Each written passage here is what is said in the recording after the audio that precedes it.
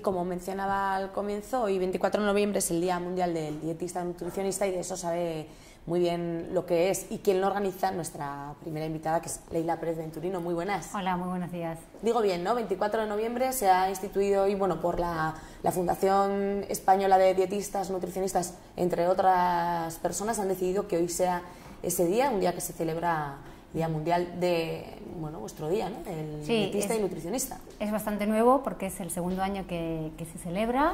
Como bien dijiste, lo organiza la Fundación Española de Dietistas, el Consejo General, y este año colabora la FEDE, que es la Federación de Diabéticos de España. Claro, colabora porque tiene que ver con el tema que han elegido para este año, ¿no? Que es la diabetes, precisamente. Este año se ha elegido la diabetes, el lema es Cero Diabetes. La idea de este día es, por un lado, reivindicar la figura del dietista nutricionista y bueno, conseguir las plazas y la incorporación del dietista nutricionista en la sanidad pública, y por el otro lado, para dotarlo de contenido, se elige, bueno, un tema alrededor de la alimentación del cual haya, bueno, mitos, ¿no? Y en este, así como el año pasado fue nutrición y cáncer sin mitos, este año es la diabetes, ya que alrededor de la diabetes existen muchísimos mitos con respecto a la alimentación. Eso es, comentabas que el año pasado se centraron como tema en el cáncer, este año han elegido la diabetes.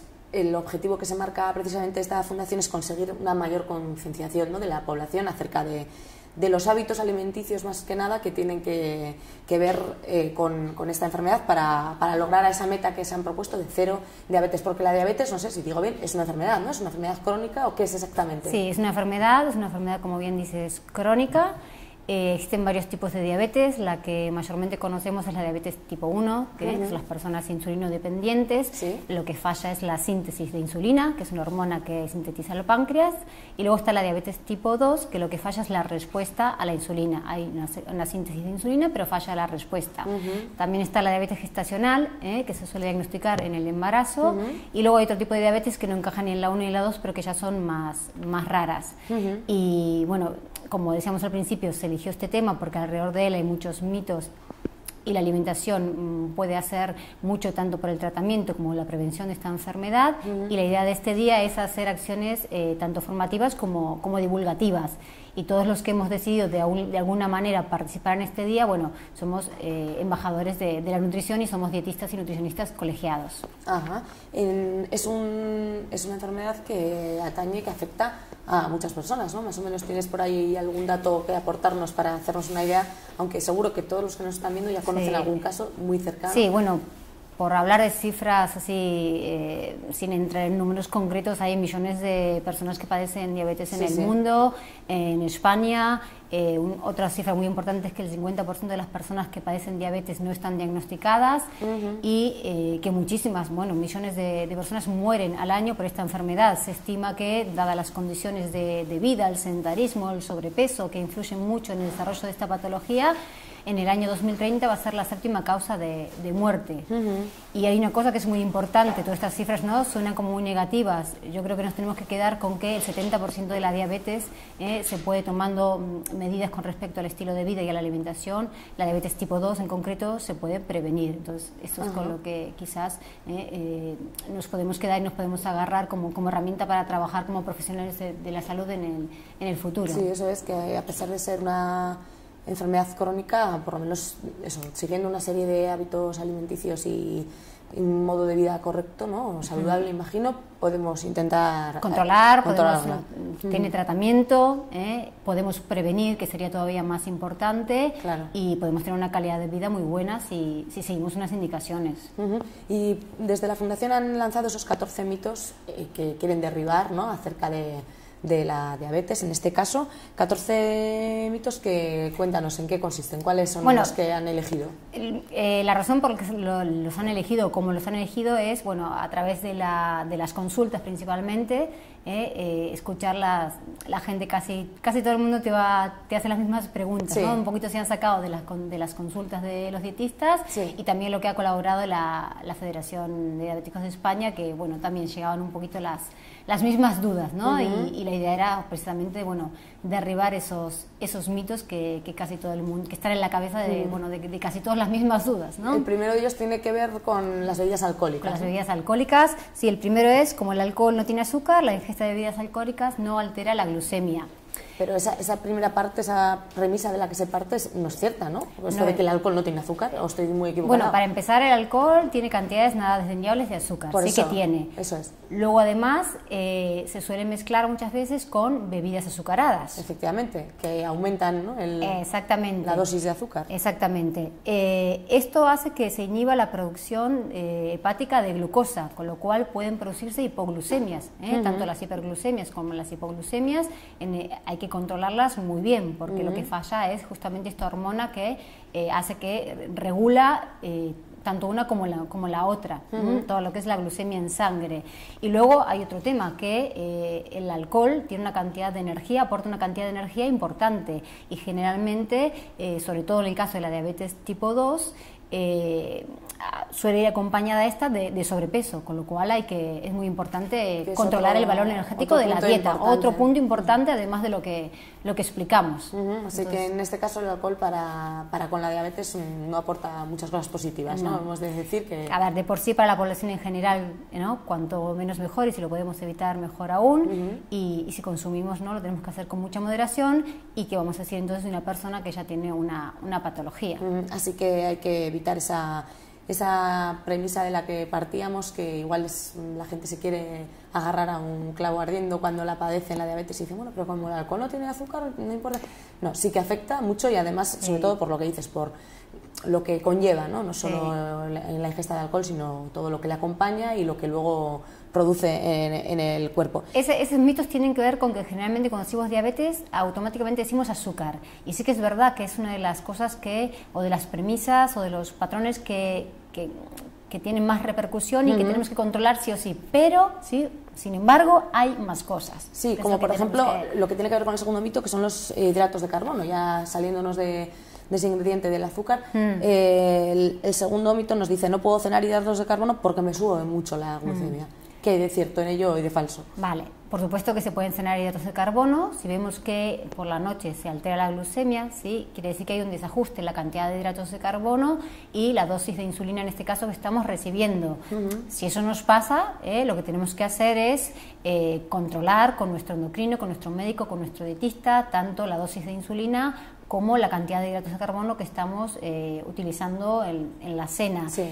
Generalmente los diabéticos, si hay algo que los caracteriza es que reciben educación nutricional, una educación nutricional que les sirve para reconocer los diferentes tipos de hidratos de carbono, para reconocer cantidades, para trabajar con medidas, y así ir ajustando a lo largo del día y en las diferentes tomas la cantidad que deben y pueden y que no altera esa glucemia. Eso en cuanto a los hidratos, que como dices, ellos ya como pacientes que son, pues tienen una información mucho, acerca de lo que pueden comer y no.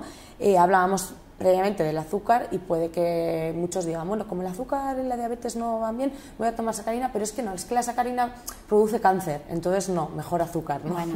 Pero ¿cómo que la sacarina produce cáncer? Bueno. Como todo, ¿no? Yo no trabajo en el ámbito de la investigación, pero cada día se sabe más, van saliendo nuevas investigaciones. Nos tenemos que quedar con la última, ¿sí? La sacarina está dentro de los aditivos seguros a nivel europeo. Lo que sí es verdad que hay una dosis máxima recomendada, que son 5 miligramos por kilo de peso, pero aquí no importa tanto que nos quedemos, uy, ¿cuánto dijo? A ver cuánto peso. Lo que tenemos que tener en cuenta es que son la sacarina y otros son edulcorantes acalóricos y concentrados. Concentrado quiere decir que con muy poquita cantidad endulzan mucho. Entonces vamos a utilizar muy poquito. No nos tenemos que quedar con los miligramos, sino que nos tenemos que quedar con el concepto de que de ellos no hay que abusar, ni de la sacarina ni de otros edulcorantes acalóricos. Nos pueden venir muy bien para controlar la glucemia, y además nos pueden venir muy bien en el caso, ¿sí?, que muchas veces hay esta diabetes acompañada de sobrepeso, porque no aportan valor energético, no aumenta el valor energético de nuestra dieta. Mucho menos que el azúcar, pero eso, aún así tomando poca cantidad, porque es, como dices, un concentrado, y eso hay que tenerlo en cuenta. Hay que tomar poquita cantidad. Con poquito hace la función de endulzar. Otro ingrediente que endulza es la miel. Dicen en este siguiente mito que la miel es mejor que el azúcar, relacionándolo siempre con la diabetes, que es lo que nos ocupa. Eso es una cosa que se escucha muchísimo, tanto la gente que tiene diabetes como la gente que tiene sobrepeso, ¿no? Que van y te dicen, no, pero yo azúcar no, yo miel, ¿no? Como diciendo, eso no aporta calorías, no me hace nada. Bueno, a ver, el efecto que tiene sobre la glucemia es muy parecido al efecto que tiene el azúcar. De hecho, la miel, igual que la sacarosa, el azúcar normal de mesa, es un azúcar simple, es un azúcar que en el contexto de la dieta este tipo de azúcares tenemos que limitarlos, tenemos que consumir en poquita cantidad. La Organización Mundial de la Salud nos dice que no más de un 10% del valor calórico de la dieta. Olvidémonos de ese 10% que nos puede sonar a ¿y eso qué será? Dicho fácilmente, muy poca cantidad, ¿sí? Muy pocos productos azucarados al día. Y si en lugar de un 10% es un 5%, todavía mejor. Pero bueno, para resumir este mito alrededor del azúcar y la miel, quedémonos que tenemos que controlar tanto uno como el otro, no hay uno que sea mejor que el otro. El siguiente mito es el que más interesaría que fuera verdad, pero desgraciadamente ya comentábamos que es una enfermedad crónica. Esto de que la diabetes tiene cura, de que existe cura para la diabetes, pues nos tememos que no. No, desgraciadamente cura no, es una enfermedad crónica. Una vez que te diagnostican diabetes es para toda la vida. De lo que sí nos tenemos que agarrar es que existe tratamiento, que es muy importante el diagnóstico. ¿Te acuerdas que al principio dijimos que hay un 50% de personas que tienen diabetes que no están diagnosticadas? Entonces es muy importante el diagnóstico, es muy importante seguir el tratamiento, porque si seguimos el tratamiento la esperanza de vida es muy buena y la calidad de vida es muy buena. Entonces de eso es lo que nos tenemos que agarrar. Eso es, y sobre todo cargar las cintas en esa prevención para... Y en la prevención, bueno, tendrían que estar puestas todas las fuerzas y las energías desde el punto de vista de todos los profesionales de la salud, de los gobiernos, porque fíjate, un 70% de casos que se puedan prevenir es muchísimo. Sí, es muy, muy alto. Otra de las cosas que supongo que los diabéticos tiran para intentar pues, comer de todo y hacer una vida olvidándose de esa enfermedad, es decir, bueno, si es apto para diabéticos, entonces se cierra la veda de la prohibición y con lo cual, adelante, que puedo tomar de todo, lo que me plazca. No es así, ¿no? Hay que dar, obviamente, como hemos comentado en los mitos anteriores, un control acerca de lo que se ingiere. Hay que llevar un control. Cuando decimos productos aptos para diabéticos, generalmente en el mercado encontramos de dos tipos. Lo que es el azúcar, ¿sí? La sacarosa, se ha reemplazado por otro tipo de edulcorante. Generalmente suele ser la fructosa. Sí que es verdad que aumenta más lentamente la velocidad del aumento de la glucosa en sangre, de la glucemia, es más lento. Así todo es parecido al del azúcar, ¿sí? Es el que más se utiliza. Y luego el otro grupo de productos que se utilizan se suele reemplazar el azúcar por edulcorantes acalóricos. Nombramos la sacarina, puede ser stevia, aspartamo, puede ser otro tipo de edulcorantes acalóricos que, como dijimos antes, hablando de la sacarina, se pueden consumir, no se debe abusar. Tampoco se debe abusar porque puede producir molestias gastrointestinales, ¿vale? Entonces, en cualquier caso, sea porque la sacarosa está reemplazada por fructosa o sea porque está reemplazada por un edulcorante acalórico como los que acabamos de nombrar, no quiere decir que porque sea apto para diabéticos puedo consumir toda la cantidad que quiero y más. Lógicamente, siempre aplicar el sentido común. Otro de los mitos nos dice, si me tomo la pastillita para la diabetes, no hace falta que cuide mi alimentación. Ya es que implícito en la frase ya lleva un poquito de falta de sentido común. Hay que cuidar la alimentación siempre, tengamos una enfermedad o no, y más en este caso si es crónica además. Pero bueno, esta pastillita a la que se hace referencia a este mito... Sí, existen fármacos orales, generalmente, seguramente si tenemos algún familiar, amigo que los consume, nos sonará la metformina, que es el que más se utiliza para controlar esta glucemia, esta respuesta. Y como bien has dicho, lógicamente, si no acompañado y no cuido la alimentación, inevitablemente el azúcar en sangre va a subir. Claro. Que nos den medicación no nos quita en absoluto de que tengamos que llevar un control exhaustivo de la alimentación para poder mantener esa diabetes a raya. Llevar un control exhaustivo, como dices, de la alimentación, que no es tan fácil, digamos, como eliminar de la dieta determinados alimentos y entonces ya vale, sino que hay que llevar un control con los que sí que se pueden tomar, los que no, pues hacer una ingesta muy reducida. Porque el siguiente mito nos habla, pues eso, de que, por ejemplo, los diabéticos no pueden comer plátano, patata, pasta, arroz, melón o uvas, determinados alimentos. pues no es así, ¿no? Pueden y deben, necesitamos los hidratos de carbono, por supuesto. Ellos, como decíamos al principio, reciben educación nutricional, son personas que suelen controlar qué son los hidratos de carbono, qué tipos de hidratos de carbono existen, que existen los complejos, principalmente almidones, que existen los simples, cuáles pueden y en qué cantidades comer en qué momentos, y como bien has dicho, tanto la pasta como el arroz, todo ese tipo de alimentos son hidratos de carbono complejos y deben y pueden. Y también mencionaste las frutas, que si bien tienen azúcares simples como la fructosa, es uno de los azúcares simples que no tiene el mismo efecto que la sacarosa, y también deben y pueden comer frutas. Lo que ellos aprenden es los tipos de hidratos de carbono, las cantidades, ¿sí? El monitorizar las cantidades y en qué momento, el hacer los controles de la glucemia para saber si están haciendo las cosas bien. Y con respecto a los hidratos de carbono, como bien has dicho, los que tienen que prevalecer en la dieta son los cereales, ¿sí? Tubérculos, cereales si pueden ser integrales mejor, las frutas, las hortalizas, las verduras, los lácteos y las frutas, como dijimos, controlando la glucemia. También pueden comer plátano, uva, todas esas que a veces las catalogamos como que no son convenientes. También pueden comer, por supuesto, y para eso están en el mercado, los productos light, ligeros, los dietéticos, que no llevan azúcar, pero claro, no todo lo que esté en el mercado hay que ingerirlo, ¿no? Hay que tener también moderación a ese respecto. Sí, eso es un poquito también en relación a lo que decíamos de productos aptos para diabéticos. Para empezar, tenemos que tener cuidado con estos porque generalmente no sabemos leer las etiquetas. Ya de por sí las etiquetas son complicadas. Cuando leemos ligeros o leemos light, no tiene por qué ser ligero, ni light, ni bajo, precisamente en azúcar. Puede ser en cualquier otro tipo de nutrientes. Un producto ligero, light, lo único que nos está diciendo es que tiene un 30% menos de energía que el alimento de referencia, con lo cual tampoco quiere decir que no tenga.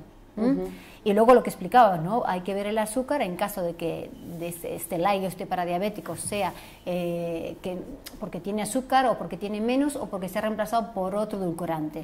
Con lo cual, yo creo que aquí el mensaje más importante es: un diabético puede trabajar con alimentos habituales, ¿sí? Y no complicarse con este tipo de alimentos o comprarlos y caer en el error que porque son light o tienen menos, terminamos comiendo más o terminamos metiendo la pata sin querer.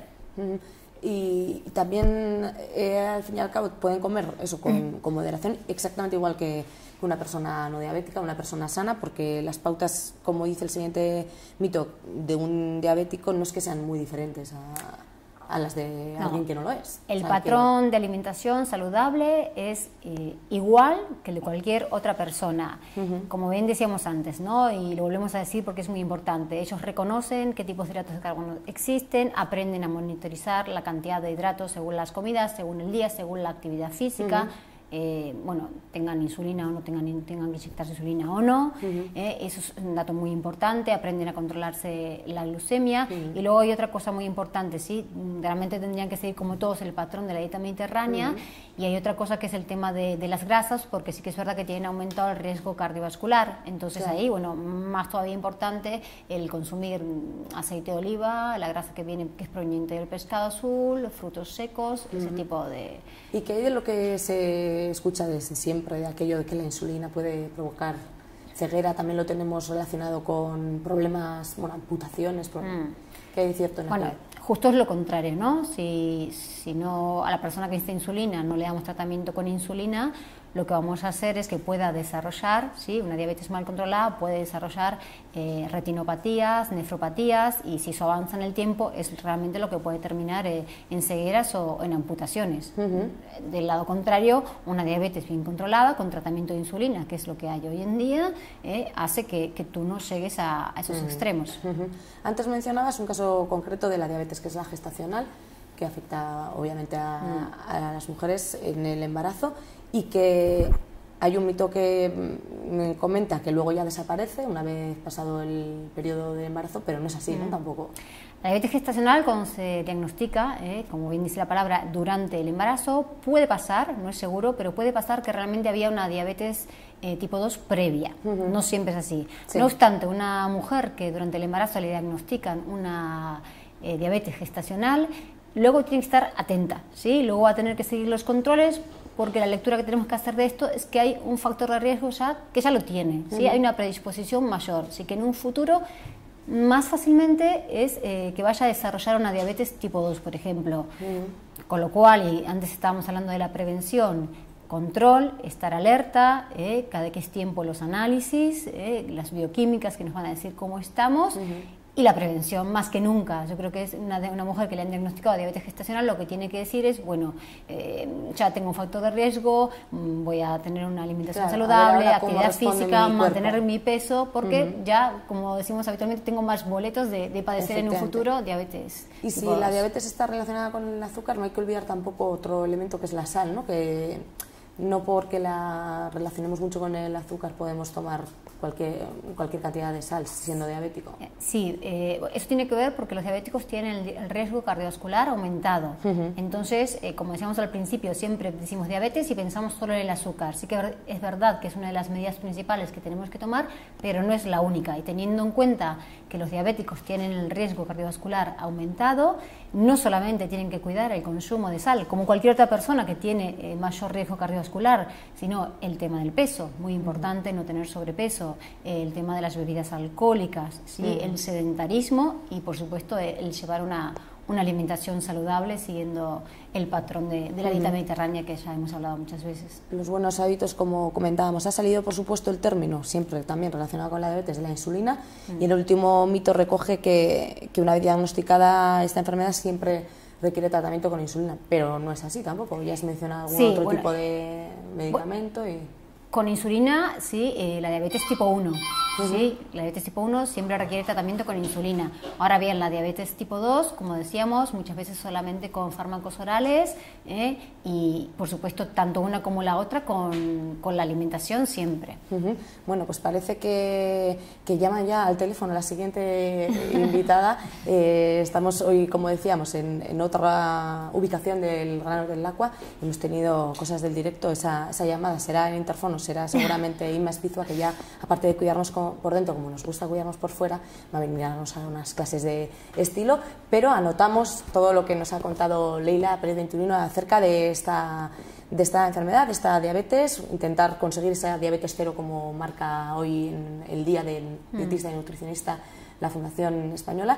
Gracias por habernos arrojado luz acerca de esta enfermedad que, como hemos dicho, afecta a muchos, así que esperemos que hayan tomado nota y que puedan seguir estas pautas para que les ayude a convivir con ella. Bueno, gracias a ti. Gracias y nos vemos próximamente aquí Vitorianeando. Y ahora, lo dicho, recibimos a Inma, que está ya llamando a la puerta o al teléfono, voy a descolgar a ver si era ella.